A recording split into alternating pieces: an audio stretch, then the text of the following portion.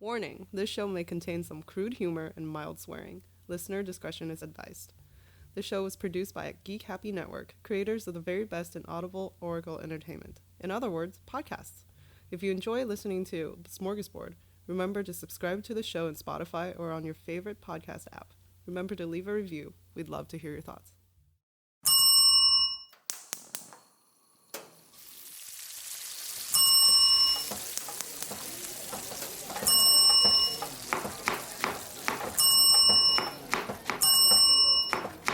This is Smörgåsbord! Welcome to Smörgåsbord, a show where we explore the rituals, myths, and all things strange about the world of food. I'm Mik, and here with me is my co-host, Angel. And Kevin. Today we also have a special guest, Kevin, who's a plush turtle, so he can't talk. He also doesn't have arms. And doesn't have arms, so we tried to have him as a sound mixer, but he couldn't sound test anything, so we had to fire him. Well, so now he's just here as an audience member. Yeah, it's the first fire and hire of the Smörgåsbord. I mean, he was just an unpaid intern. That's true. I guess it's fine. Go back to being an intern somewhere else. Rest in peace, Kevin. Bye, Kevin. Bye. You are loved. Okay. But today we're going to cover Boodlefight. Yeah. It was my first experience with Boodlefight. Yeah. So yesterday. To prepare for this, we planned a whole Boodlefight with some friends last night and had a big Boodlefight, which was awesome and delicious. There was no actual fighting involved. Food. I was expecting to punch people. Yeah, there wasn't. So yeah, today we'll cover Boodlefights, the history of it, and why on earth the Filipino cuisine decided to call something a Boodlefight. And where's the fighting? Well, where's the fighting? I wanted to fight people. Yeah. I was prepared to punch. Yeah, we didn't get all the waivers for it, so we couldn't do it properly. All right, yeah, I just ate. Yeah. But according to the dictionary... It sounds like my life. It's like, I was going to do this thing, but then I just ate. Yeah. A boodle in the dictionary apparently means a collection or a lot of persons. Or wait, is that a real word? A big amount of bribe money. Oh. So you could either go, hey, do you have any friends? Yeah, I have a boodle of friends. It's like bundle, but just better. Yeah. Booter. Or you could be like, you're under arrest for eating too much, but I have a boodle I could give you, so you don't arrest me. I'm gonna try that next time. Yeah. Did I get arrested for attempted murder? Yeah, sure. Next time. Yeah, next time. Next episode. According to Urban Dictionary, though, boodle could mean body doodling. What? Like a tattoo, but not permanent? Yeah. Or okay. Someone you care deeply for. Huh. I mean, you can put someone you care deeply for on your body. Yeah. It'll be a boodle of a boodle. It's a boo-boo. A boodoodle. It's a boo-boo. Yeah. However, none of those definitions actually are of any relation to what a Boodlefight is. Oh my god, that was the biggest detour ever. So I figured today we'll go through a little bit about the Philippine cuisine, the colonial and military history of the Philippines, and how all of this relates to a Boodlefight. And then we could talk a little bit about the Boodlefight. The Philippines was a pretty prime colonial location back in the day because of its kind of spot in Asia. It's right in the middle of the Pacific Ocean, and it's really great for a lot of European colonists or the Americans really to develop naval bases there, because then you could have this little spot really close to the bigger continent of Asia and develop and it's warm. Yeah, and it's warm. Guess who's sick of winter? This boodle. So the Philippines became a great point of entry for a lot of these colonial countries to enter Asia. So it's kind of like a good place you could hang your boats there, and you don't have to worry about I would just hang out there by other countries. Yeah, so why leave? It's nice. Yeah, I think eventually they're like, well, I mean, this place is good, so then they ended up colonizing the Philippines. We like this thing. It's ours now. Yeah, they ended up colonizing. Why doesn't this work with my neighbor's stuff? I don't know. You should try it better. Booter. So yeah, all of that The earliest people, though, who discovered and first inhabited the Philippines came long before the known colonizers of the Philippines, the Spaniards, came. Before the Spaniards, the Philippines was a long-established society of tribes who were not always peaceful, but, well, in par with other Asian counterparts. So the Philippines wasn't this poor-ass country compared to everybody else back then. There are records that suggest that the original inhabitants of the Philippines can date as far back as 700,000 years ago, and they believe to have arrived there by boat, by seafaring explorers of the mainland Asian continent. China? Well, China-ish, but mostly like China-ish. Southeast Asia, so like the Malaysian countries. Like a lot of the Filipinos are descendant from the Mongol tribes, Oh, okay. so it's probably believed that one of the Mongol tribes decided to either go by boat and end up in the Philippines.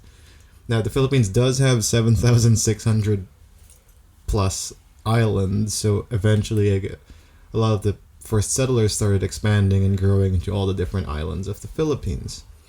Which is why a lot of the influences and similarities you see from these tribes, if you look at historical and archaeological records, are fairly similar to Southeast Asia and China. They would be tribes that would trade with each other anyway. So you could see things like in terms of religious influences, for example, the early tribes there were more Buddhist and Hindu related rather than the Christian traditions that we know the Philippines to be today. I did not know there's that many islands. There's a lot. That's a lot of islands. Yeah. 7,000. Oh. That's a lot. That's like Like, how big is the smallest like 3 Big island? Macs in calories.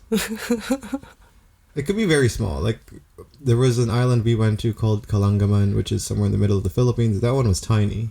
For the most Like, part, how it was tiny? You can walk from one end to the other in like 2 minutes? Yeah, pretty much. You could...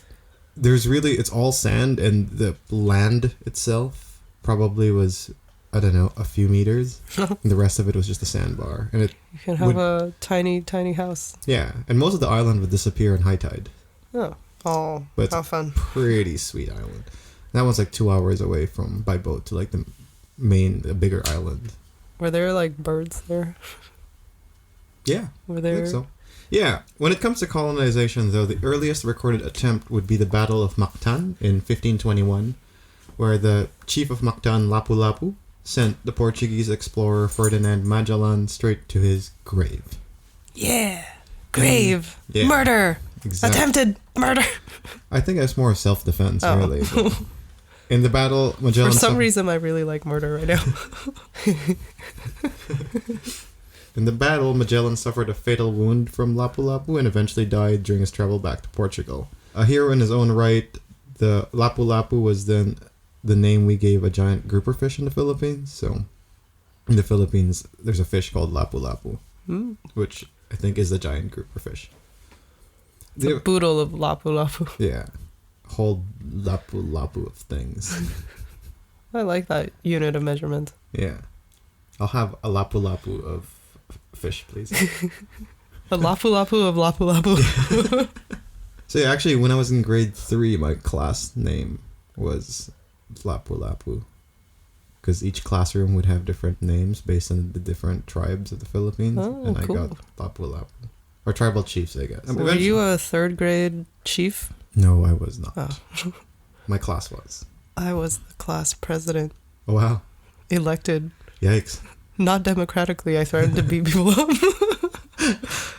And they believed you? Oh, yeah. Eventually, by the mid-1500s, though, the Spanish would arrive and eventually colonize the Philippines for, well, a long 300 years. Bringing a rich cultural history of oppression and valiant battles of freedom. I remember as a kid, there was a TV show that was called Bayani, which really just means a hero in Tagalog, where they would cover the lives of all the different heroes of the Philippines during the Spanish rule. So it would be like a couple kids who would listen to their grandmother tell these stories, and then they would teleport into the 1500s and live the lives of the heroes. It was fun. I like that show. That could explain why a lot of the Tagalog language, for example, has heavy influences on Spanish culture, and obviously the food as well. In June 12, 1898, it was official date of Philippine independence from Spanish rule, and continues on today to be the date of independence for the Philippines. In reality, though, the Philippine freedom is more symbolic than real, because as we did get our independence, we really just went straight under colonization again with the Americans. Yippee! Who straight up ruled through assimilation and explained why the Philippines is so highly westernized in many aspects of our culture. You could see high literacy rates for English, prevalence of fast food, and things like that, which really is heavily influenced by America. Even if you travel to the Philippines and go to the city, there's a lot of things that you'll be like, oh, it feels like we're just America. in the ghetto America kind of thing. 1898 was official Independence Day year of the Philippines, but by 1899, we went under American rule. It's not very long. 40 plus years. So we were under American rule until 1941. So in those 50 years, a lot of the Americans really didn't rule by force, but ruled by education. So they changed up the education system to, rather than it being more Spanish focused, became more English focused, which explains why my grandparents can speak both Spanish and English and Tagalog at the same time. And a lot of the education systems, if you see a lot of Filipinos, are very similarly educated to the Americans, but smarter. Bet your math scores are way better. Yeah. Maybe even our English scores. By 1941, we became free of American rule because Japan came and took over the Philippines for 5 years. Oh my god. And we were under Japanese rule from 1941 until 1945 for obvious World War II reasons. Not long enough to learn also Japanese. No, not at all.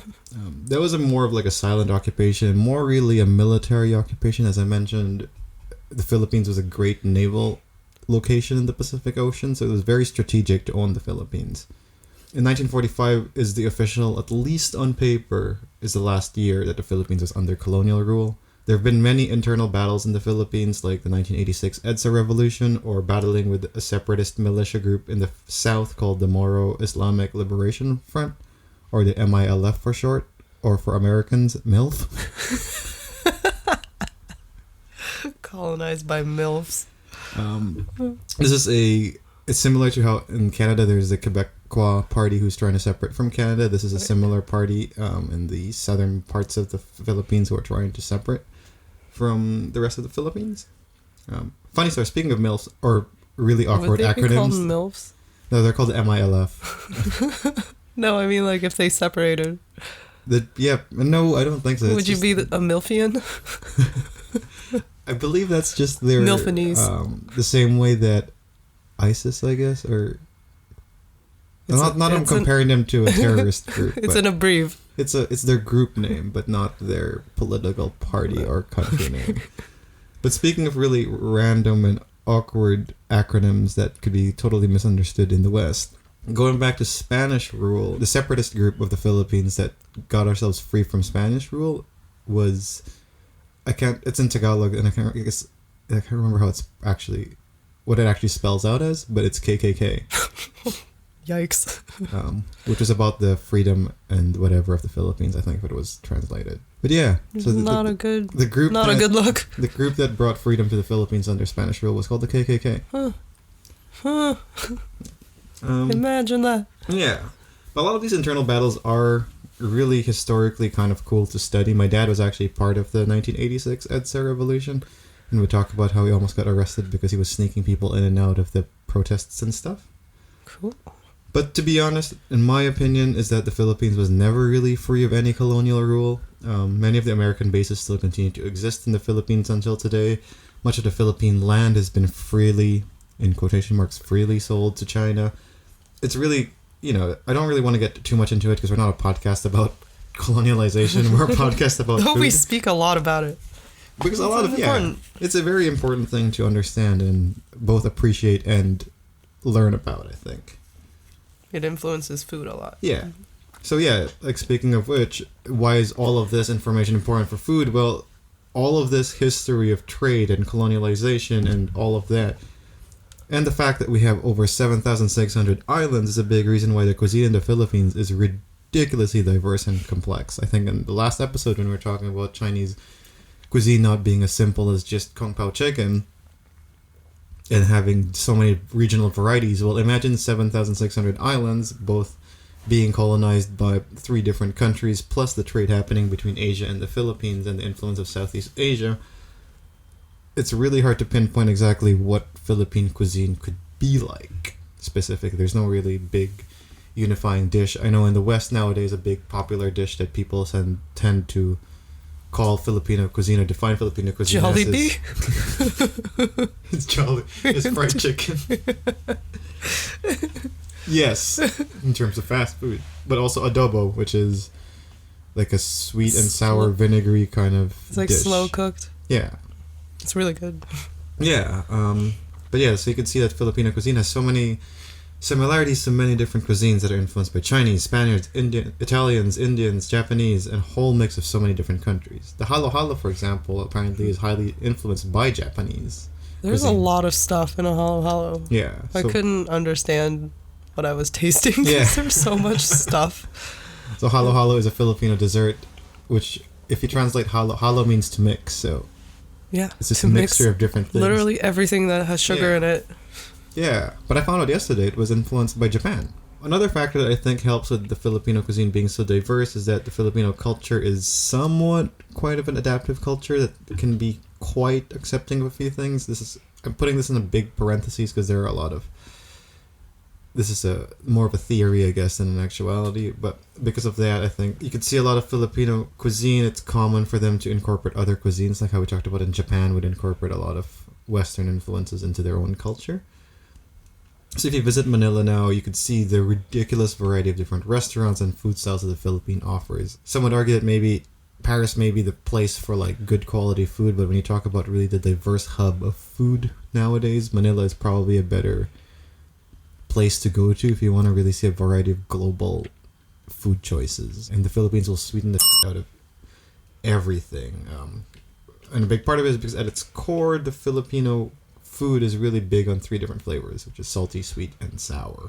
Which I think is why people like adobo the most, because that really balances salty, sweet, and sour in its flavor.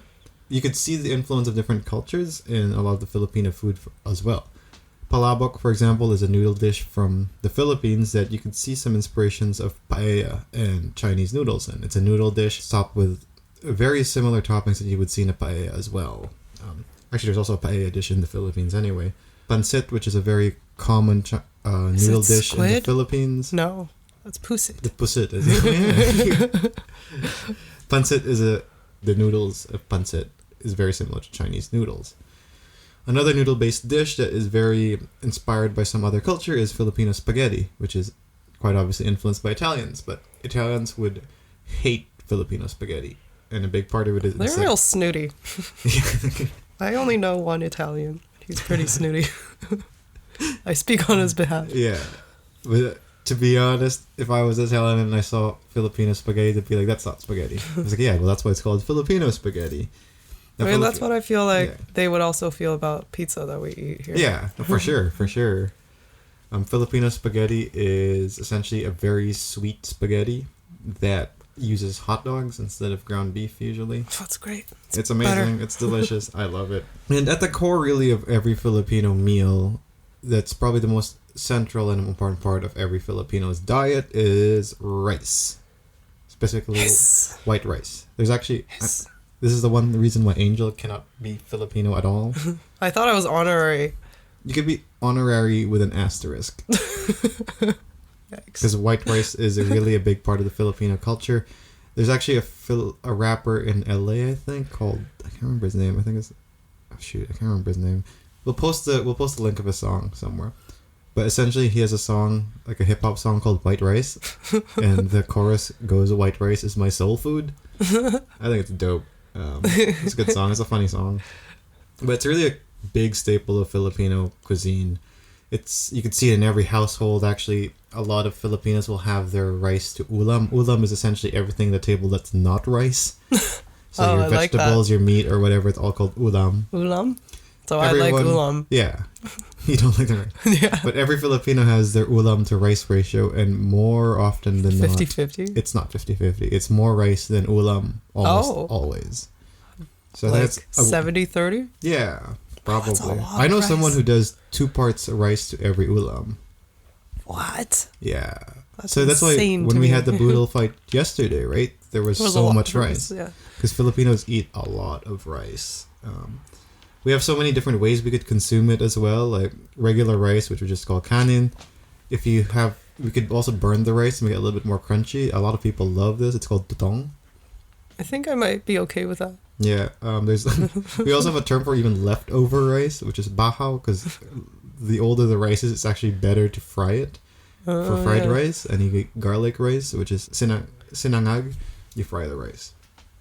So we have different ways to consume rice. We'll eat rice for breakfast, lunch, and dinner. Maybe even have it for mid-afternoon rice, snack. dude.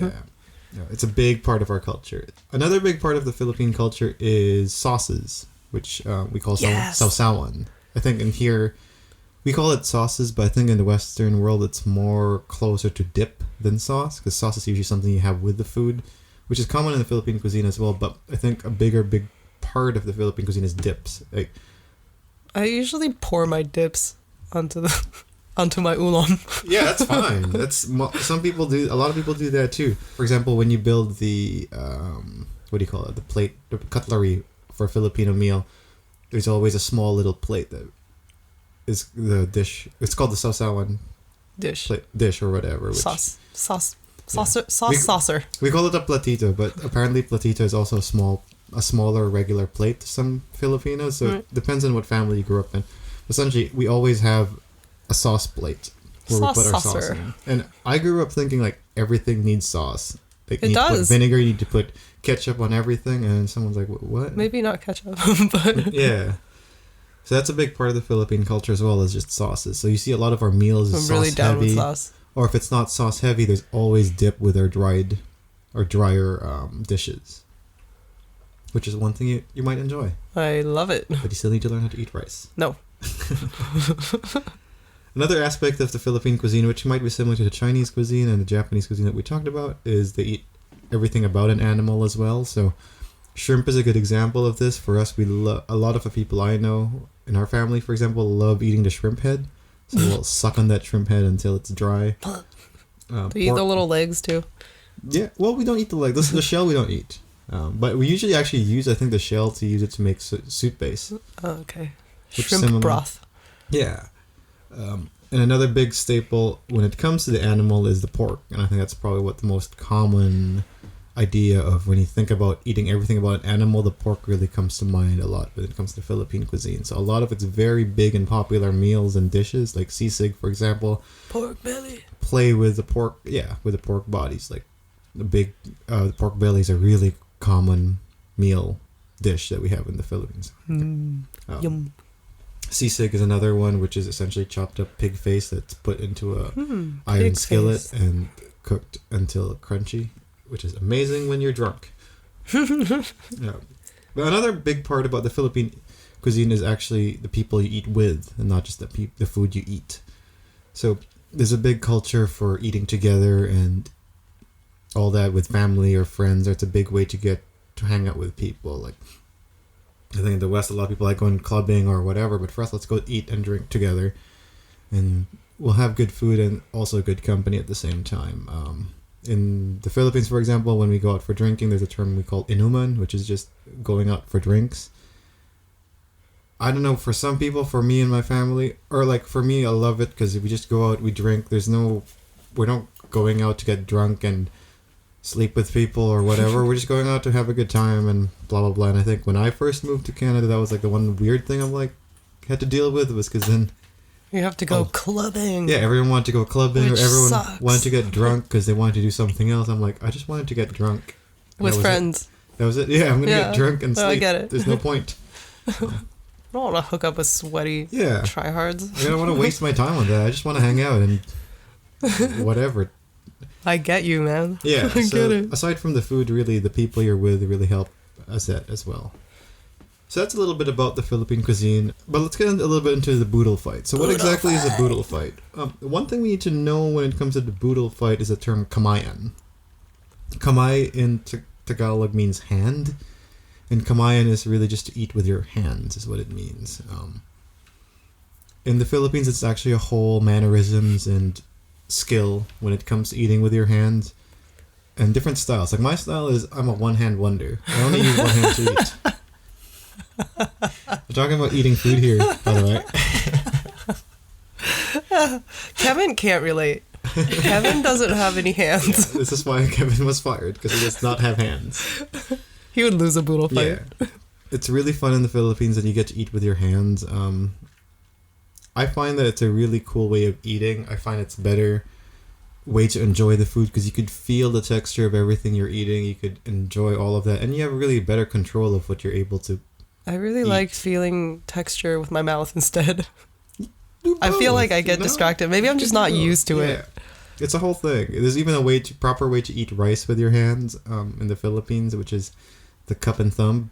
So you cup it with your 3 fingers, and then you push the rice into your mouth with your thumb. It's harder. We're gonna have to do like a video demonstration of this. We'll do a video demonstration at some point, probably. It looks a little bit lewd, like a gynecological It process. 100% does. But in terms of food trends, though, and styles in terms of gastronomy and all of that, there has also been a big resurgence for eating with your hands now in higher level restaurants. Even some Michelin star restaurants nowadays have trying this apparently new form of eating, which we've been doing this for the most of our lives. I recommend trying to learn how to eat with your hands. It's dirty, it's messy, but it's also just a great way to enjoy your food, I feel. I can't stand the feeling of sauce on my hands. That's the one thing. Best. It's sticky and I constantly was. I don't know if you saw how many napkins I went through last night. Because as soon as I get a little bit of sauce on my hands, I'm like, no! Yeah, but see, getting your hands dirty like that gives you that extra flavor. Finger flavor. So that's that's a big part of the Philippine culture as well. So when it comes to a boodle fight, the reason why we need to know about this is because that's a big rule of a boodle fight is... Wait, we should describe what like a boodle fight looks like. Yeah. Because I don't think... So if you've never heard of it, I don't think you know what it is at all. So what exactly is a boodle fight? Well, a boodle fight by definition pretty much means a free-for-all meal. Oh yeah, my favorite. Sources indicate that the term boodle comes from American military slang. Boodle means contraband sweets like cake, candy, or ice cream, stuff that you'd sneak into a military base. So boodle fight is essentially just a party of food brought in. Another potential reason why it's called boodle is the term caboodle, which is booty or whatever. But the history of the boodle fight actually comes from from the military and colonial times of the Philippines. Due to the long conditions and severe conditions of the war, you can't really stay idle for too long, or like you want to keep on the move all the time. So having to prepare meals for this is really hard to deal with. So the best way to deal with food and the soldiers and all that is really to just throw all the food in the middle of a table and just have everyone eat grab grab from it. So that's essentially what a boodle fight is putting food in the middle of a table and just everyone having a free-for-all of eating whatever there is that is there. So during the military times or the war times, this is the way they kind of served food to the Filipino military. They put all the food in the middle and everybody could just eat in it. Of course, you could look into this and start talking about how, it was a great way to show equality and blah, blah, blah, because then no matter what rank you are, the food's in the middle of the table and everyone can just go and grab and eat. Or you have to fight off the stronger. Yeah. I think a big part of this also helped grow the Filipino military culture of creating a brotherhood, because then, you're eating together, you're all just there trying to... There's no way you could walk away with your food. There's no plates, there's no utensils, there's no cutlery. You walk away with it in your face. Yeah, so you really have to eat it. You really want to be an introvert. That you helps just build a brotherhood. Stuff it like a hamster. Yeah. Your cheeks. Exactly. Then you go to the corner and you sit. Yeah, but you stuff it in your cheeks and then spit it out and then go to a corner and eat it. Apparently there's a saying that you say before you start a boodle fight. I did not know this. It's ready on the left, ready on the right, commence the boodle fight. That's pretty cool. We didn't say it. Next time. We'll do it in the next one. Yeah, so I thought it was like 1, 2, 3, 4. I declare a boodle war. Ooh, that's a good one too. I like that one. Yeah, so I think in summary, a boodle fight really is just a way of eating where you put all the food in the middle of the table, no plates, no cutlery, just hands. There's like a lining of banana leaves? Eat together. Yeah, so traditionally speaking, when you do a boodle fight, you put banana leaves on top of the table. The history behind that is because banana leaves are really good for retaining heat and also a good way to keep tables clean. So then you could just put the banana leaves down, put the food on top of it, and then throw it all away after. So this is a great way to eat. It's pretty straightforward. 100%. Yeah.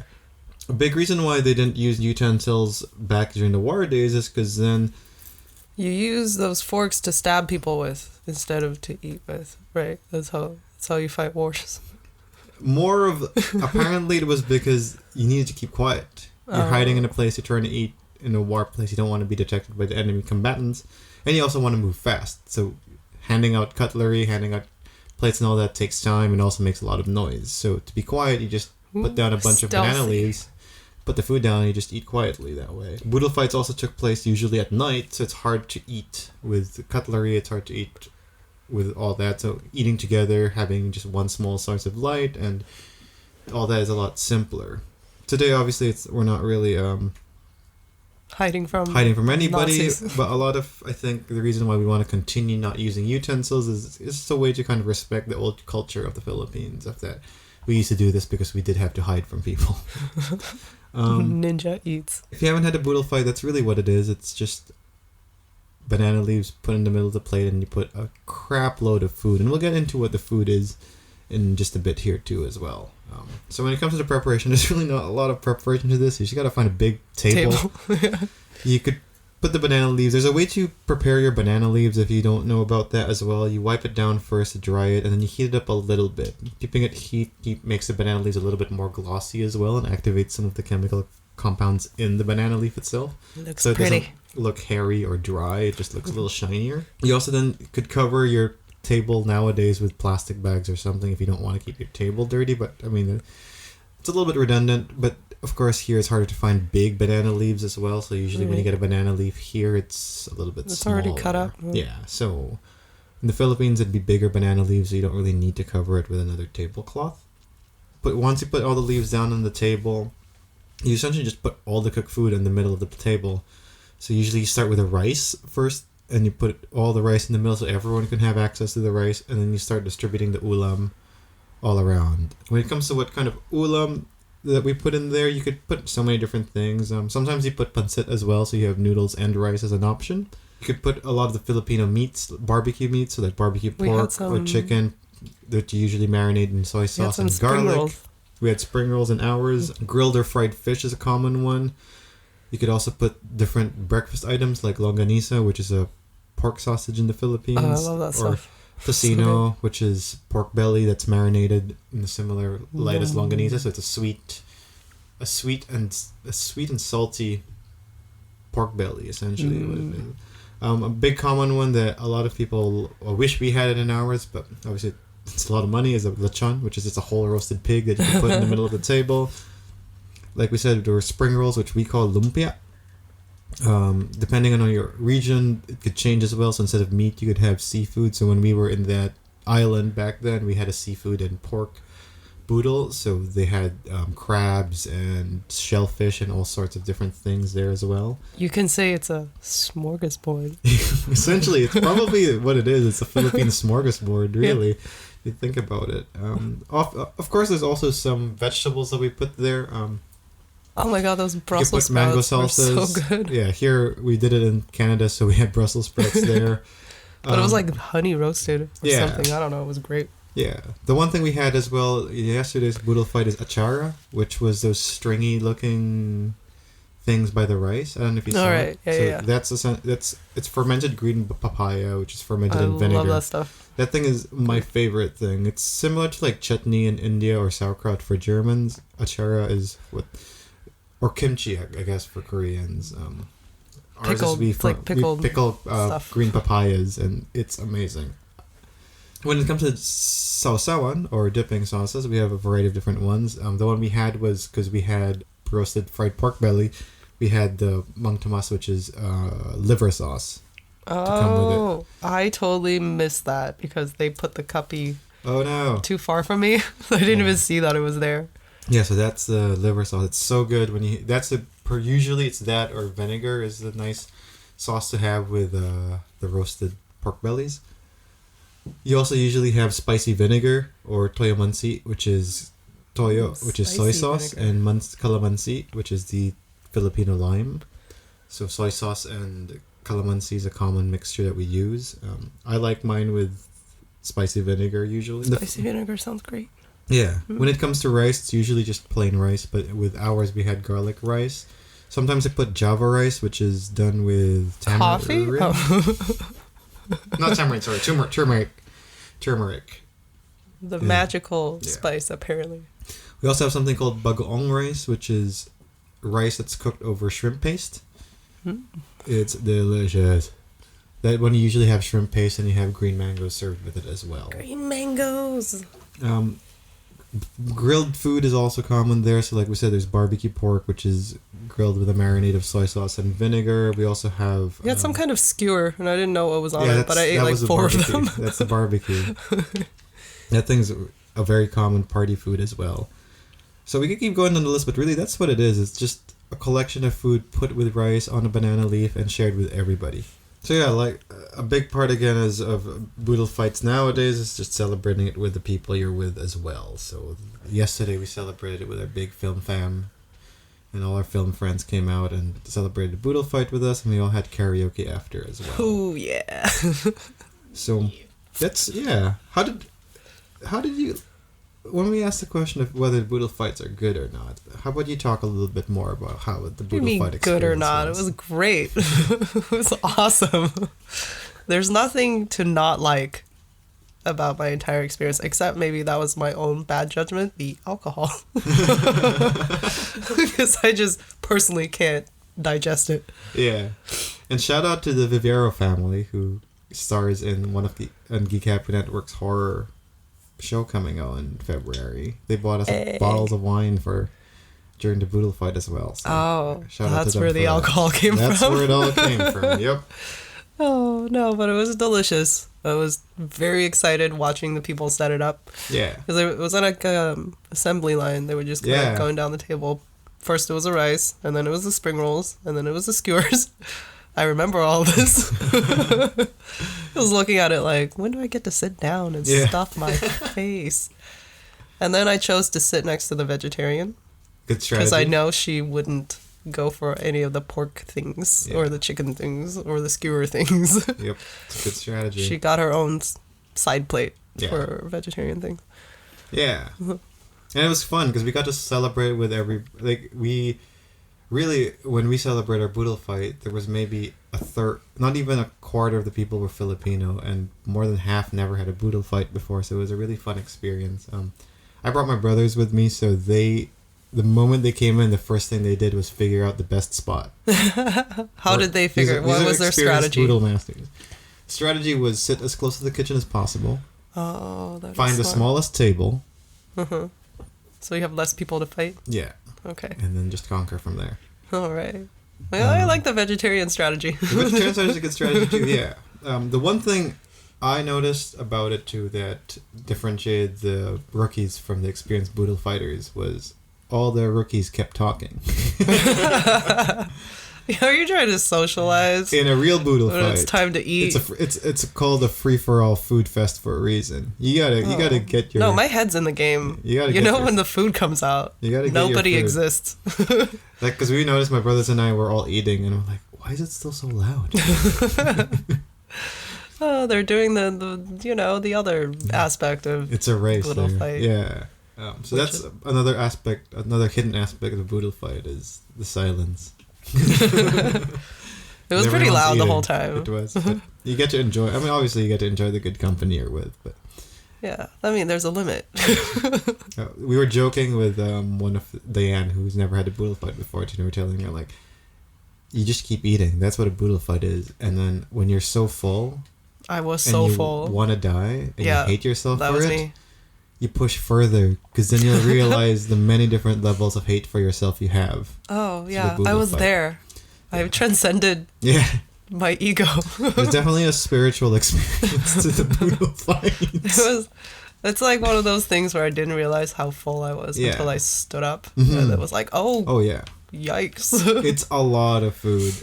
The way, I think the best way that we could explain this, how much food there was we were full out of our minds, and there were still so much food out there. Well, shout out to Michelle, who brought her own Tupperware. Yeah, we told people to bring their own Tupperwares because another aspect of Filipino eating is it's a joke. Tupperware. Usually you go to a family dinner, you have a Tupperware because you take some food home with you. And shout out to Matt and Bow Down in Olympic Village because they set this whole thing up for us. And man, there was a lot of food, and there's so much food. And he told us actually to tell people to bring Tupperware so they could take all the food. I missed that memo, I think. Oh yeah, that's okay. But yeah, he ended up also lending us out his to-go containers for us to take home food, and put in comparison how much food there is there. We filled an entire container with food. And after we already ate. And it still looked like the same amount of food when we took it out. I took one of Michelle's. This was like a solid 2.5 pound stuffed bag of food. Stuff, yeah. And you start thinking about how much food you actually ate from there, and then you realize there's a final level of hate. That's just pity. That's called pity. The next morning is the acceptance part, and it's okay. Yeah. I tried to accept last night, but I couldn't. Yeah. It's just too much. Yeah, so when it comes to what are we eating, well, I don't think we'll be eating anything anytime soon because we're still pretty full. Well, Mick gave me a bag of crack when I came here today. It's I gave her a bag of chocolate. I thought it was ketamines. I got really excited. No, it's just a bag holiday treats. Yeah. Boodlefights are great. They are great. We're gonna do more. I think the thing that was the best for me was that I looked around the room and I'm like, holy shit, I have friends. Yes. That was a thing that didn't happen last year. So yeah, I called it an achievement, and then I ate my feelings. So yeah, that's what a Boodlefight is. If it's the holiday time, if you want to try it for yourself and do it with your family, you could do it yourself at home. This is something that there's no rules to it. I'm gonna fight Kevin. He doesn't have arms. Yeah. The only rule is just eat with your hands. That's it. Yeah. Go do it with your friends, do it with your family. It's a fun experience. It's definitely better with people. It's almost a requirement, I think, to do it with people because it's a lot of food. Yeah. I mean, that's the thing. That's why I remember it so fondly because otherwise I'm just by myself. Yeah. You don't even have to put Filipino food in it. Do whatever food you have that you grew up with. Buy 20 burgers and just lay them out. It's a time to enjoy with yourselves, and especially these holiday times. It's a great time to do it with whatever people you know. I don't know, whatever. Whatever. We're a food podcast. We're going to talk about feelings. No, we don't feel. Yeah. Anyway. Oh, great.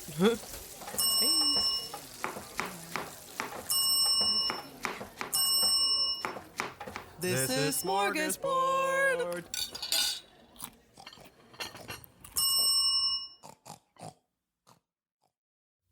Have a food-related ritual, myth, or something strange you want us to explore? Send us a message through Facebook at Geek Happy Network. We'd love to hear from our fellow foodie listeners. And while you're there, remember to subscribe or follow us too. This show was created by Angel Lynn and Mik Narciso, hosted by Angel Lynn and Mik Narciso, editing by Mik, and logo by Angel. Come give us a listen at geekhappynetwork.com or look for us on your favorite podcast app. Oh, and be sure to follow us on Facebook or Instagram at Geek Happy Network.